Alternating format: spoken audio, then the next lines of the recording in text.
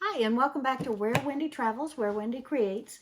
Today, I thought we would take that first pack of 50 sheets that we just picked up of cardstock. It is the 65-pound cardstock farmhouse package that we got at Hobby Lobby, and open it up and start making junk journal pages. So this is just going to be step one of what I do to make pages. And I am going to make a lot of junk journals. So I'm looking at making, let's say, maybe 10 different junk journals, probably 6 to 10 different junk journals. So I know I want to use these colors to start with for my basic pages. And so I'm going to go ahead and separate the darker blue from the rest of the pack and set those aside. And for the remaining pages, I'm going to go ahead and fold these up to start making the pages out of. So you can see how easy it is to start and make those. So you can grab your stack of cardstock, go ahead right along with me, maybe make a couple of pages. And we're just going to take the cardstock. We're making sure that the sides all line up, and we're just finger pressing that center. And we're going to go ahead and do this. I believe there's 5 different colors, 10 sheets each, and we've taken out the blue, so we're going to be just folding up 40 sheets here. And then some of them we're going to leave straight, and some of them we're going to go ahead and start tearing the edges. And with those edges, some of them are going to be torn. Some of them are going to use the fancy scissors that we just got. So you're going to see the different textured sizes that junk journals can have to decorate. Now again, when we use some of these with the lace and the ribbon, we want to leave that edge straight because we're going to sew that all the way around the page. Not necessary to be straight. As you see, I do it a lot on the rip pages, but some of them we're just going to leave straight. Not necessary to do the extra work on all of the pages of ripping off that side. And some people use that ruler and just grab a hold of it and rip it straight with the ruler that you have broken up with the pliers or different ways to get those rough textured sides. And I'm going to ask you with this project, please, all the papers that you cut off, all the papers that you tear off, I want you to go ahead and get a Ziploc baggie or a little bin and put them in it and keep them, because very, very soon I'm going to show you a tutorial. Hopefully before the next month or two is over, you'll have a tutorial from me on how I make paper. Now, when I get out and I start making paper, I will make paper non-stop for a week or two and use up all of the supplies that I have. And then you won't see me make paper again for probably 3-4 plus months. So you see the nice edges on that. And we're just going to take that to approximately half the page again. And we're going to fold that. We're going to rough up all of the edges or stain them a little bit later on. Set a couple of those aside that we're going to use the decorative scissors on.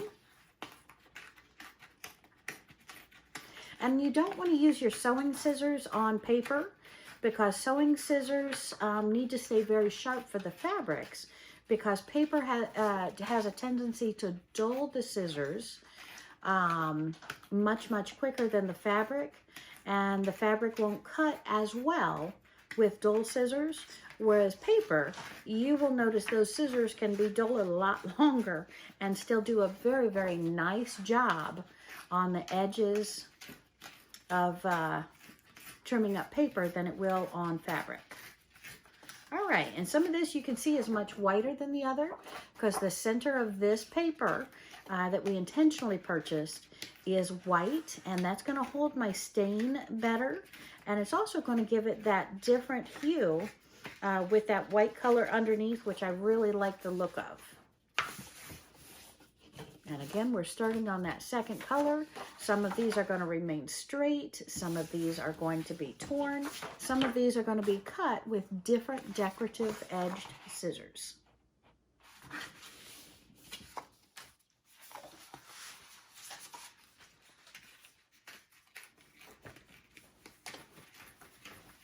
Okay, so we are just continuing with our 50 sheets of paper and grabbed out these decorative scissors that we just purchased from Hobby Lobby as well.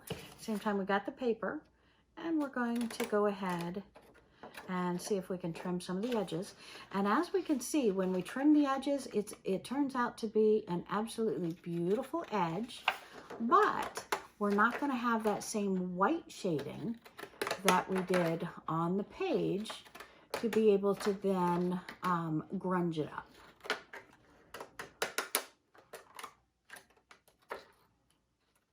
Okay, and maybe you can see that better on the white table. It gives it a very, very rough edge here. So those scissors are a lot of fun to play with, but it doesn't give that white two-tone, or should I say three-tone, once we grunge it up on that side. So those are going to be fun. But since I started tearing this one, let's go ahead and finish tearing the side, and then for the other side we'll use those scissors again, so we keep it all in the same tone on that page. And again, we're going to use the decorative scissors on the sides, so the two sides have that decorative look. And again, these are the shorter scissors. You can get better, longer handled, better for your finger scissors if you're going to plan on making a lot of these. They do cost a little bit more, but they'll cut a longer line at a time and be a little bit gentler in your hand. And almost done with this one. So again, let me fold this in half, and then I want to show you with the black background. Might be a little bit better to see that with, or dark blue, I should say. So you can see the scissors do that rough side, so you get that beautiful texture and rough hewn feel to that side, and I love textures. And then of course, with the white that we tore, the top and the bottom, you get that beautiful that we can grunge up and make the different colors as well. But I think this for the start of a page is really, really nice, because in the junk journal, I want as many different textures, as many different feels, as many different looks as I can get. So we're going to go ahead and do a couple more of these pages. Let's do one with the scallop side. And you just want to briefly line up the scallops approximately where you left off so that it's a smoother look. And again, fresh out of the package, first time I've used these scissors, just getting the feel for it. But again, with these 50 sheets, we're going to do them all different styles and kinds, because some we're going to have pockets, some we're not. Some we're going to have ribbon and lace on the top, some on the side, some all the way around. So you're going to see the different looks with those pages, so you can see the different textures. And better than that, when you're going through the book, you're going to feel those different textures. So that's nice. And just keep going with all 50 sheets, because again, we're going to use these. We're going to make the different pages. Pull out a yellow one. We're going to tear so you see the white look of that. And you can be as aggressive or as gentle. Get as many different looks or not looks with your pages as you go around. And then once we get all these 50 pages done, we're going to do some book pages. I'm going to show you some pockets. And then the most exciting part, how to bind. That's that tough, intimidating part that a lot of people are nervous about. But binding is actually a very easy, very fun part as well. You get to choose the brads, choose the sides, choose the twine that you're going to tie it with, the textures there, and how many you're going to have in one junk journal to really define the size. So you have all the different ways to go ahead and tear these, cut these, make them all the different sizes. So I've scalloped the edges of a few more sheets, and we're just going to go ahead and fold those in half. And then I thought we might go ahead and jump over and show you how I do some of the book pages to go into the journals as well. So we're just folding up these scallop pages. I don't like putting two of the same kind of pages together next to each other. So I do like spreading these out in the journals. And since I do so many journals at the same time, I did have an Etsy store. Right now it's on vacation. But you'll see me open it a couple of times a year where you can take advantage of some of the things that I don't sell in the craft fairs or personally use or personally gift. All right, so let's jump over. I have two books that I've recently saved from the library. The local library usually twice a year gets rid of books, and they sell them for like a quarter a piece or an entire bag or box for $5. I like contributing to my local library, so I usually give them a lot more than that. And it does kind of break my heart. These are pristine books, absolutely nothing wrong with them. Published back, I believe, in the late 90s, both of these. But the library does have so many books that they did put these on sale. They were purchased. I could have purchased them for a quarter a piece. But they are hardback, so you'll see me use those in the future. But right now, what I want to do is these pages are the approximate page that I like to use for the 8.5 by 11 sheets of paper that I fold in half for the junk journals. So you're going to see me now do a horrible thing and go ahead and rip out these old books. Looks like the last time this was actually checked out of the library was 1998.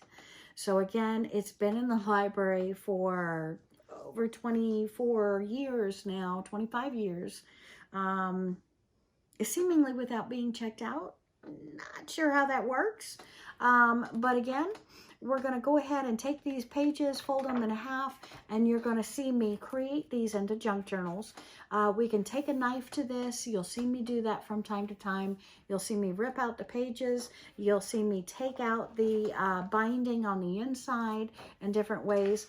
We're just going to take this one and gently start pulling it out and see what process I need to do to release these pages with the minimalist damage, so I can decide which ones are pockets and which ones go into the junk journal as full pages.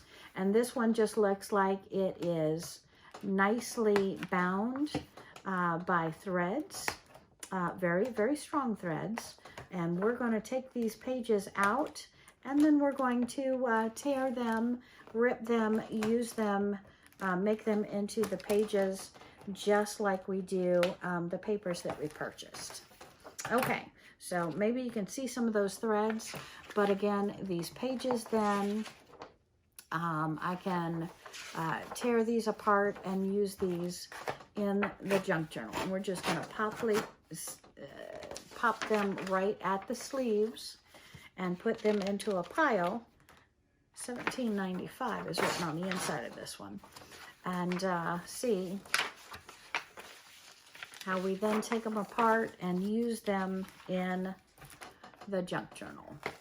And again, I'll be using this cover. You'll see me use that in the future. But today, in these junk journals, we're not going to use the beautiful colors on that. We're going to mix that and match that in very nicely in these junk journals. So what is left is just my hard front, and then of course the plastic cover. We're going to set that aside. We don't want to use that right now. And we're just going to put this in our stack of pages. Beautiful turtles, beautiful blues. Oh my goodness, I might have to match some blue papers or some browns and purples into this as well. Look at that beautiful purple turtle. Now again, kind of a shame because all of these are going on their sides to create the book pages, as you'll see me do. And we're going to use this. Well, let's go ahead and work on this one first. And again, just like I did on the others, some of these are going to be pockets, some of them are going to be pages, and they're going to mix into the book pages at just the right size. All right, so we're going to take those pages and just fold them in half and put them in a stack with the rest of the book pages that we are starting. Some of them are going to be straight, some of them are going to be torn, and again, some of them are absolutely gorgeous pages in and of themselves. I might just sew or affix some additional pages up here so you can flip it and always see those beautiful turtles. We'll see what I do. All right, so let's set that one aside, and let's take this gorgeous page and we'll fold it in half and then open this up and maybe tear individually the side of the page, just like we did the other paper. And you can tear this as deep, as strong, as many sides as you want, but I always tear towards the same side that I start with. And again, just like the regular sheets of paper, we're going to keep these pieces because you're going to see me make paper. And we're going to use a blender. We're going to use lots of water. We're going to use some screens. We're going to have a lot of fun making some paper really soon. So please, please, please take this time right now. Hit subscribe, hit like, and I want you to subscribe now because I don't want you to miss me making paper out of all of my scraps or seeing what I do to finalize these book pages. So please hit subscribe, hit like, and keep watching. We got a lot more to go in this video. All right, and let's keep going. If we want to do all 6 to 10 journals at one time, when we sit down to put our journals together and bind them, we are mass producing some pages. And I really, really love the artwork on this. I have to tell you, the artwork done in this book by, I'm going to say it wrong, Xavier Perrotta and Neelish Mistry, Turtle Bay. The artwork is just absolutely gorgeous. So thank you for creating this book, I believe back in the 90s. And I'm really enjoying these pages. And again, when I look for books in the library, the first ones that I pick up are the ones that are approximately 8.5 by 11, because those are the size of my average journal that I have been doing. I do have some smaller ones. I do have 1 or 2 larger ones, but that is the size that I find myself mostly doing because it seems like not only is it a convenient size, but it fits very, very well in your hands. So when you're sitting down in the evening in bed to write, or at your desk, or even on the couch when everybody else is watching TV, and I go to journal or to doodle, I like the size. I like the size in my hand. I like the size in my lap. Fits very, very well on my drawing board. Large enough for my old eyes to see. And just, I find it the most convenient size. And we are just tearing off more of this. And I'm really getting more and more excited about making some paper coming up. So that is going to be quite a bit of fun. And let's do a couple more of these pages. Some perfectly straight. And some with the edges torn or done with the scalloped sides. And then we're going to start doing a couple of pockets.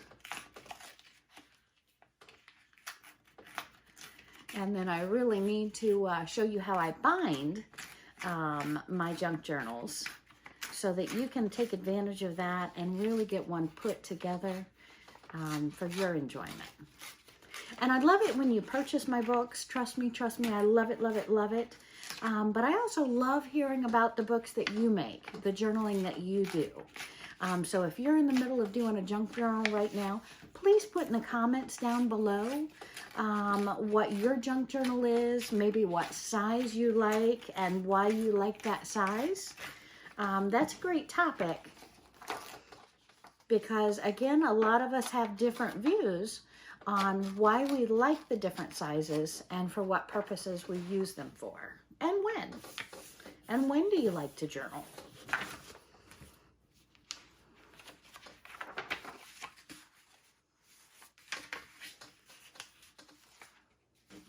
And let's go ahead and do this with the rougher edge, I think, on the side. And it is a little bit harder to go through 2 pages at the same time, but we're going to try that. And I do appreciate you staying with me on the video. I do want to probably jump ahead and do a couple of pockets, a couple of more pieces, so you can really see these junk journals come to life. You saw how I did some of the manila file folder covers with my double-sided fabric bond and inside and outside of the journal for the cover. But I want to get a few more of these pages done so you can see me really put the whole journal together. And I do love how these scalloped edges look. They're just very, very neat to see. And I know it probably blends in on the paper, but I really like that rough edge texture as well as overall look. And I think I want to do one more of these, maybe with the rough edge.